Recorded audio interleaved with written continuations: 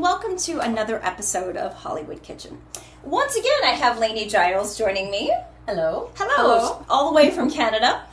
And as you may have known, Laini is a film historian and a novelist, and she does novels about famous Hollywood starlets, mainly from the 1920s. Mm-hmm. And she does a terrific job of portraying sort of the nuances of their lives. And one of her new books is about silent film star Marie Prevost, who many of you may not be familiar with. So we're going to talk about her life, her career, her food. And so, Laini, let's get the party started. Tell everybody watching, who was Marie Prevost? Marie Prevost was Canadian. She was born in Ontario. Oh gosh, I've written the book so long ago, I'm blanking on the name of the town. I know That's okay. It was near London. I know that. Her mother and father were both Scottish. We have a huge Scottish presence in Canada. So her mother, I believe, was like first generation. Her parents were over from Scotland. And her father was a railroad worker, and he was killed when he was working in this one area, and his engine was trapped in the St. Clair Tunnel, and he died of carbon monoxide poisoning when she was a baby.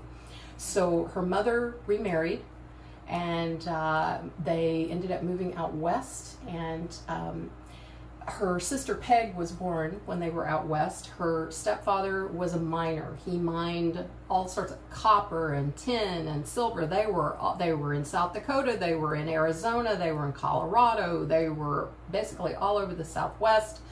And at one point, her mom just had enough with this guy and relocated them out to California. And so basically told the girls, "You're Prevosts." Peg actually was a Prevost, but she told Marie, "You're a Prevost," even though she wasn't technically a Prevost. They just sort of basically pretended like the first father didn't exist, and then they pretended like the second father didn't exist. Wow. And mom evidently was quite embarrassed about this second husband of hers. They just basically wiped their hands of him. And she divorced him, and so the girls and mom tried to make as best they could in Los Angeles. So the story was that Marie ended up working for a law office of some kind and had to take some kind of paperwork to the Senate lot, and they sort of teased her and put her into a skit without her knowing about it, and that was how she got her start in films, was that she ended up being in a Senate skit. And wasn't she a Maxinette bathing beauty? Yes, she became a bathing beauty. She was quite annoyed that they had pulled this prank on her, and she ended up being in this short. And Senate actually called her back to the lot and said, "Hey, we thought you were funny. We want to hire you." And they hired her to be a bathing beauty, along with some of the very early ladies that she got to be good friends with. So. Very cool. Now, so from the Maxinette bathing beauties, I know they got a lot of publicity. They were all over the place. They were a big sensation for a while. How did she transition from that into being kind of a star in her own right and not just part of the bathing beauty group? She ended up going to Universal for a while, and when Irving Thalberg was there, she worked under his auspices, and they did a stunt at Coney Island, I believe, and she burned her bathing suits, or a bathing suit, to sort of say, "I'm done with being a bathing beauty. I'm going to be a flapper now. This is my new picture. Everybody come see it. I'm a flapper." And that sort of was her introduction to being, flapper roles. Okay. So, yeah. And then she ended up moving to Warner Brothers.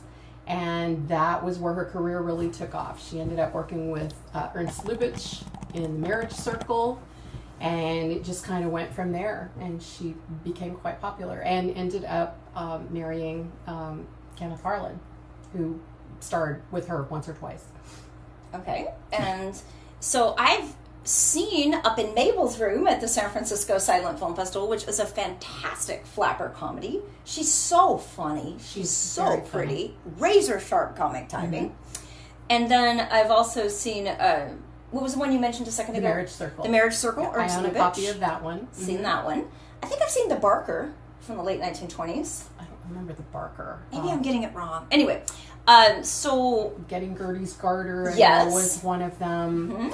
There's one I saw at UCLA in one of her later roles. She ended up playing a maid in one of her later roles, but she was with Marion Davies. Okay. And I'm blanking on the name of it. Sorry, this has been like 6 years ago have now. to call Laura and ask her. So let me ask you this. So she marries Kenneth Harlan. She becomes a star in her own right. Then what happens?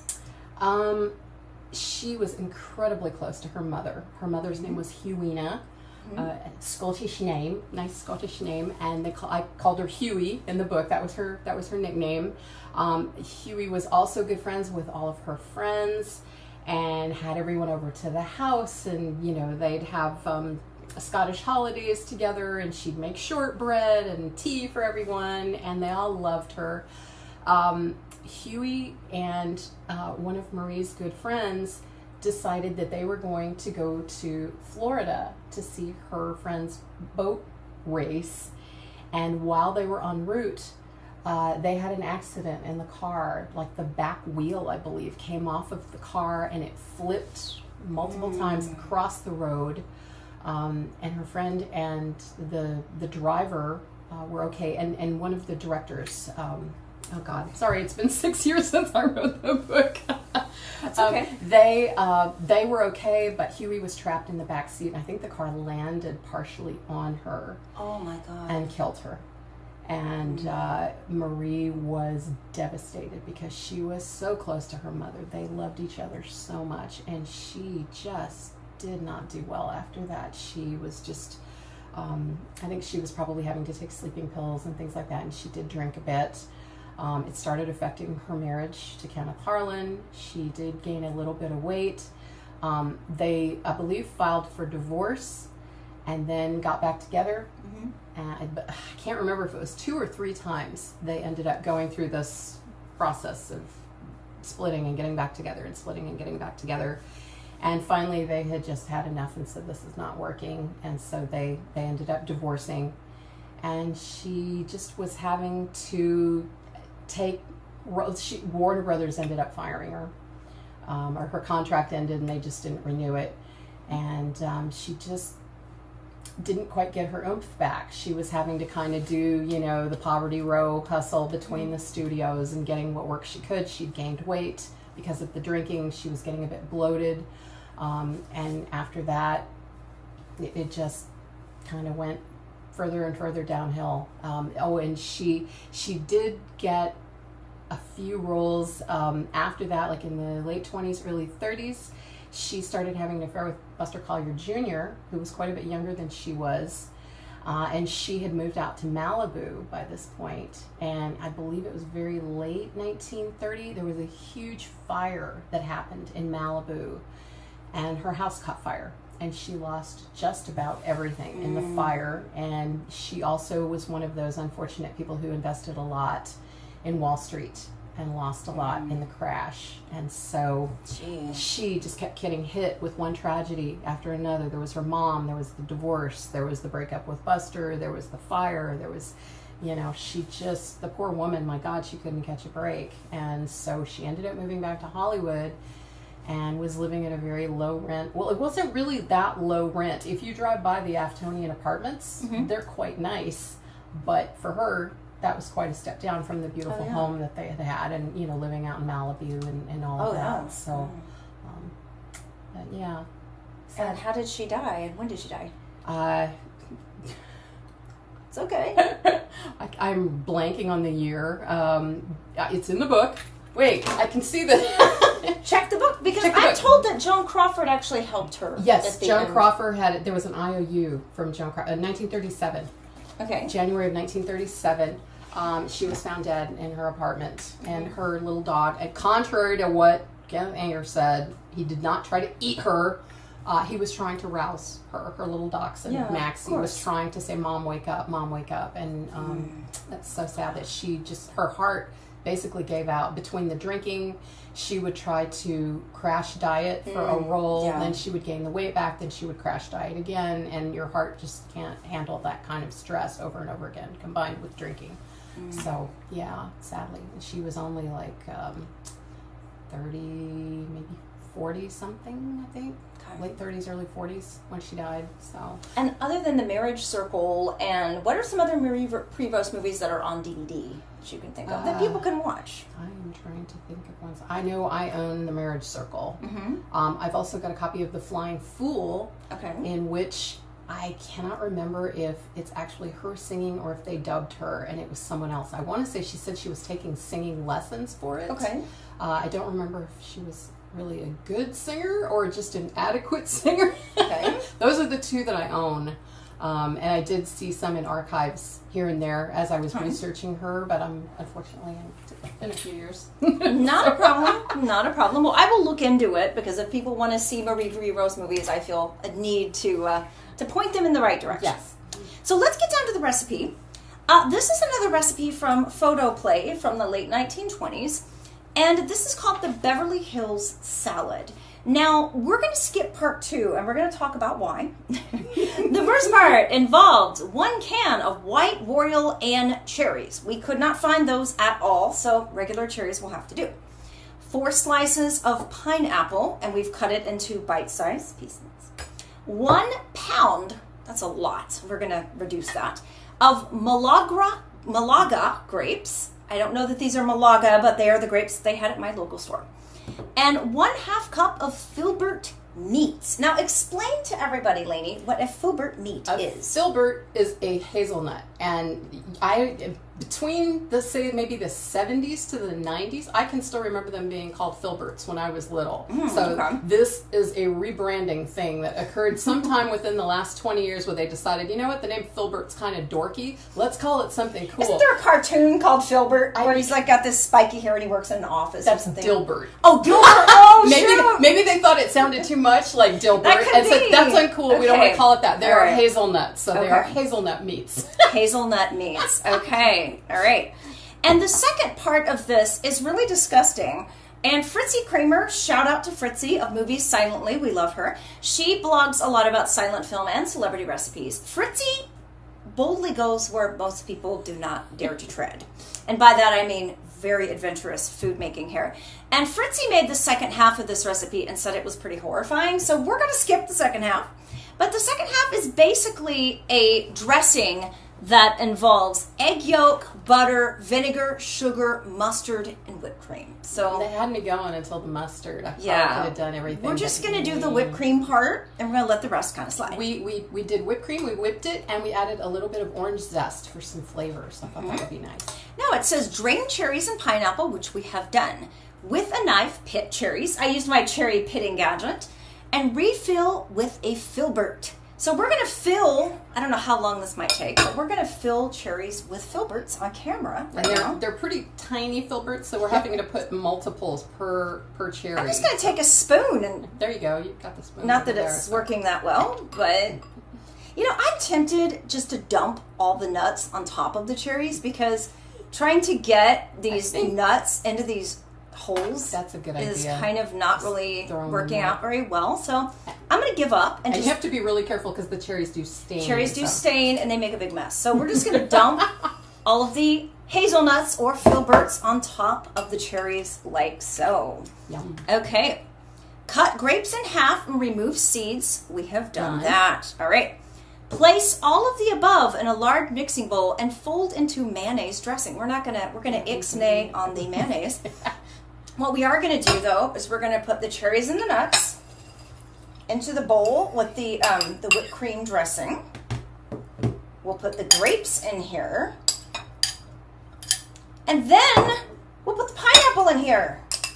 You want to do the honors and kind of stir this bad boy up for us? We have a bigger spoon. We're going to need a bigger spoon. I'll be right back. This one's kind of small. Yeah, we're going to need a bigger boat. Here you go. Rockin'. That's a spoon. There you go. That is a spoon. Now, okay. Let's hope I don't dump this all in your lap. You know, there's a lot we could talk about Marie Prevost, about body image in Hollywood, because there are always these unrealistic beauty standards, and that is not a new invention, by the way. Even if you go back to like the teens and the 20s, there are articles about how actresses need to reduce and need to cut weight. Molly O'Day actually had the first plastic surgery, like weight reduction surgery. That was a huge thing back in the day when I can only imagine how dangerous that must have been to have her avoirdupois, they called it, her fat taken out.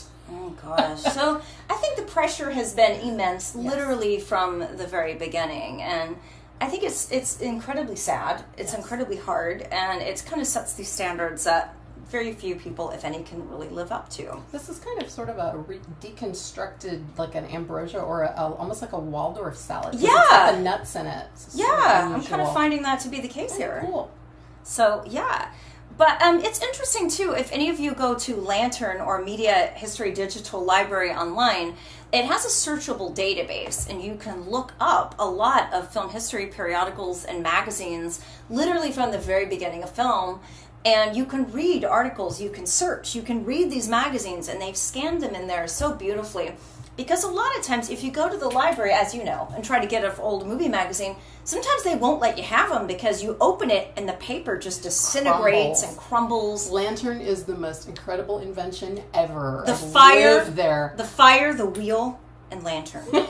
I believe that. It's a great invention. Correct, yes. The film researcher's friend. In fact, I found tons of recipes on Lantern, there's too. Lots of neat recipes out there. So. Yeah, and one thing I'd love to just talk about while I have you here on camera is your research process, because I know that you do. Tell me about the genealogy work you do, about the research you do, because you put a lot into these books. And I'm going to eat some salad while we talk. That's a good idea. So any of the women that I am interested in researching, I pretty much have to start with a timeline of their lives and figure out, okay, when were they born? When did they die? Who did they marry? Who were they boyfriend, girlfriend with? Which studios did they work for? What were their parents' lives like?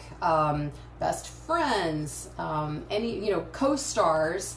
Build a timeline of, so first I have to go to IMDb, figure out which movies they were in, make notes, who was the director, who are their co-stars, and from that kind of see in my own film library which books do I have that I can use, which am I going to have to order that I don't know any information about the other person. And like Carrie said, I'm a huge genealogist. I actually came to film history after researching my own family. I was a Smith. I like a challenge. So I did about 10 years researching my Smith family and learned all of the ins and outs about all of that. So I know how to go and search census records, military records. You can look at, because most of our male stars of that era probably were in World War I, they're going to have draft records. And those draft records will oftentimes provide at least a very middling description of them. Their height, were they stout, were they tall and thin, what color were their eyes, what color were their hair. If you want to order their military records, that gives more information about them. For the Clara Bow book, Daisy, the narrator, I managed to find out that her father had been in prison, and you can actually order the old prison records from San Quentin. And there was a prison record for Daisy's dad, and he had a messed up eye. And that was how I found out about his eye that I talk about in the book, that his eye had been injured. And it's like, if you know where to look, you can find out all kinds of information. And of course, Lantern, which has all kinds of information in it about the stars, about, was there romance on the rocks? Were they getting married? Were they seen on the beach at Malibu? Newspapers.com has all kinds of information in it. So as soon as I get a very thorough timeline of their life sort of built, then it's, okay, what are their best movies, the ones that are out there that I'm able to watch, which are the ones that are going to be harder to watch, that I might have to go to UCLA for, or one of the other, are they going to be playing a movie at Cinecon or the San Francisco Film Festival, or is it going to be on TCM? Where can I see it? Can I order the DVD? And if there are really cool scenes in those movies that I know people will want to read about those are the ones that I write, because that's the most fun for me, is how can I describe them filming this scene, you know, where they're going to have the cut and they're going to have the orchestra in the back playing and they're going to have, you know, horses running around and, you know, they've got the director with the megaphone and that kind of thing. That's what I want to go for, is the scenes that I most know that people are probably going to want to read about. So, you know, what I found to be interesting too in research is sometimes you find stuff not through looking about the star, but looking into their co-stars. For example, I love Renee Adoré from The Big Parade. She's one of my favorites. And I asked for her file one day at the Academy, her clipping file. I swear to you, there was like nothing in it. There was like one scrap of paper or something. It was crazy. But then, for some reason, I was looking up Hobart Bosworth, and I found stuff on her in the Hobart Bosworth file. So sometimes I wonder, like, if you know they made a movie with a certain star, start going to that star. It's almost like the 6 degrees of separation. Go, well, she worked a lot with John Gilbert. Look into John Gilbert. Look into Hobart Bosworth. Look into all these people kind of in their orbit. Because sometimes stuff turns up. Exactly. In the place you least expect it. And the biographies of those co-stars will often have a mention of that person. Mm-hmm. It's kind of like you do the same thing with genealogy. You do what you call hitting a brick wall. You can't find any more information on this person. But if you know what their sister's last name was, you know, the sister married a guy with this last name, you'll find that person's will and you'll find this person listed in it and they'll have their new married name. And, you know, you have to learn how to do these parallel lines of research, and you can often find more information about these people. So, very, very helpful. Yeah, doing research is like going down the world's craziest rabbit hole. But it's fun, though. Like, I love it. And I know a lot of my friends and colleagues do as well. It's kind of like being a detective in history. Yes, that's exactly what it is, being a history detective. And that's what I love the most, is the research. And I'm actually working on one right now for an Edwardian stage actress, which is a little bit out of my comfort zone. Her name was May de Sousa, and she was, like I said, an Edwardian stage actress. She was the daughter of a Chicago cop in about the 1880 something, I believe she was born, and her dad was Portuguese ancestry, and she decided to, you know, get on the stage. She was, you know, beautiful voice, and ended up going to London. She performed in New York, and ended up going down under for a while. Ended up meeting and marrying an Australian doctor. And then they went to Shanghai around 1919 or so, and were there when the Japanese invaded.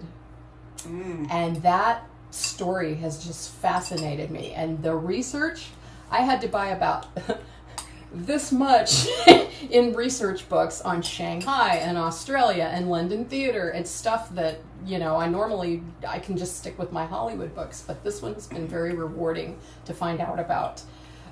And kind of exhausting, just because it was so much different than everything else that I've worked on. But I ended up finding out as I was researching that this Australian doctor's brother, Henry Clive O'Hara, ended up working with William Randolph Hearst.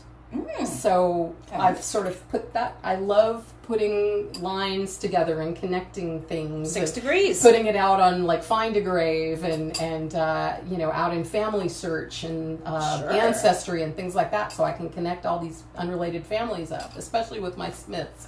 So how is that? This is actually really good. I've been sitting here eating a lot of it while Laini talks. So, and it says here, a lovely blending of fruits and nuts. Try it on your bridge club. So I think Marie Prevost is onto something here. Yeah, pretty good. This is pretty good. Again, we didn't do the second part. We did not do the mayonnaise, sugar, mustard, egg yolk, vinegar thing. I can't imagine mustard and vinegar with pineapple and cherries. It's not. We're going to nix that. But what we have, it says serve on lettuce leaf. I'm not into that either. So I think it's fine just like it is. You can serve it cold, and I would say this is a really good summer fruit salad. Good winner. Yeah. It's funny, I find a lot of fruit salad recipes. I've done one on Joan Crawford. I'm going to do one coming up on Wallace Reed. And I think that was such a crowd pleaser, because if you're entertaining in the home, and especially maybe if you have last minute guests, or if you're off busy making movies and you need to entertain, A fruit salad is a great thing. It's not hard to make. It's not complicated. Usually people have fruits lying around somewhere, so you can just kind of cut them up, throw them in a bowl, and boom, crowd pleaser. Another thing is a lot of our stars were from elsewhere, and you have to think of all of the amazing produce and fruits that you can get in California that they might not have been able to get at home. This may have been a novelty for them, at least in the early years of all of this wonderful fruit that you might not, especially in the wintertime. Being from Canada, you should imagine what our produce section looks like in January and February. There's like nothing there. You don't want to eat a tomato in Canada in January. You just don't. It's the most disgusting, watery thing you can imagine. And it has to be shipped from elsewhere, so it's not the freshest. And it's like, I love Canada for many reasons, but that's not one of them. Yeah, when I did the Ava Gardner coconut cake birthday event, we were talking about how when Ava was growing up in North Carolina in the 20s and 30s, getting a coconut, that would have been a hugely exotic treat to have at that time. Even just oranges in certain places was like, oh my God, an orange, where'd you get that from? My whole family lives in Georgia, and I often feel disgruntled that I cannot get a really good peach in California because the California peaches do not taste the same as Georgia peaches, So I think every region in the country, I'm sure, has its own specific foods and also seasons that affect those foods. When I got to Alberta, so it's a landlocked province, very soon after I got there, I think it was probably the first or second winter, everybody at the store was just clustered around these mandarin oranges that they get from China or Japan or wherever it is they're shipped from.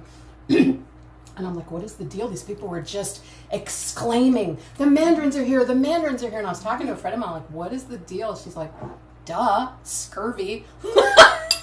Didn't think about that. Yeah, you don't really think about it when you're living somewhere that you can get lovely fruit like this year round. So I do have a question. Where is Marie Prevost buried? Because I get asked that sometimes, and from what I've read, I haven't been able to find anything. She was buried in, I used to know this, and I know when her mother died, she had her buried, and supposedly Marie was put with her, and it was urn. I know I looked it up on Find a Grave. Yeah, that's okay. I just was wondering because I really like her, and again, just seeing her on a big screen in a gorgeous print of Up in Mabel's Room was an absolute joy. The audience went nuts. It got such a good reception, and I wish she could have been there to see that. It was really wonderful. I'm so glad because I feel like she really got a raw deal. Just if her mom hadn't died, she probably would have been fine. It's just grief hits some people harder than others. I wonder, too, how many resources they would have had back then to help somebody like her that was dealing with something like that. Not many. And it was actually because of Marie's death that we now have the motion picture home. Because people felt so guilty that they did not know the depth of what she was dealing with financially, mentally, emotionally, that people got together and said, we need to come up with a solution for people who are sick, aged, ill. They created this industry. We need to take care of them. And fortunately, that happened. So there is a place for them to go now. Good.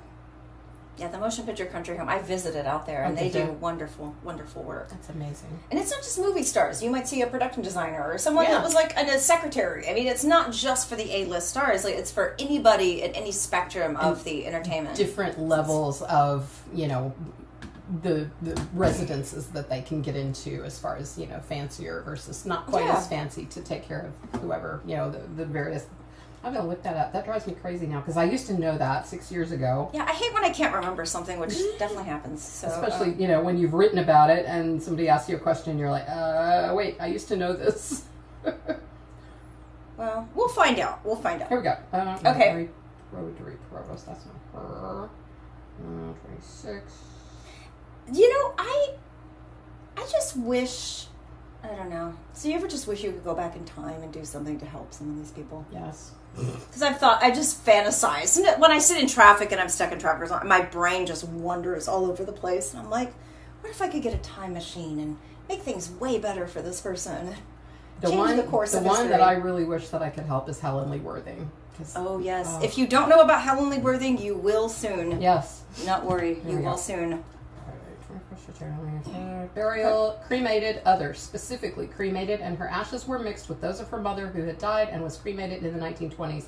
That's all they're saying. That's all they're saying? Yeah, it doesn't say where. So perhaps her sister Peg got them. Okay.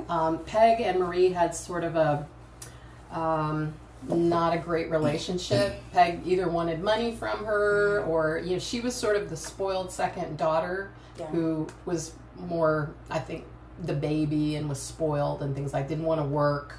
And yeah, I think there was a bit of at each other. So yeah, we don't know.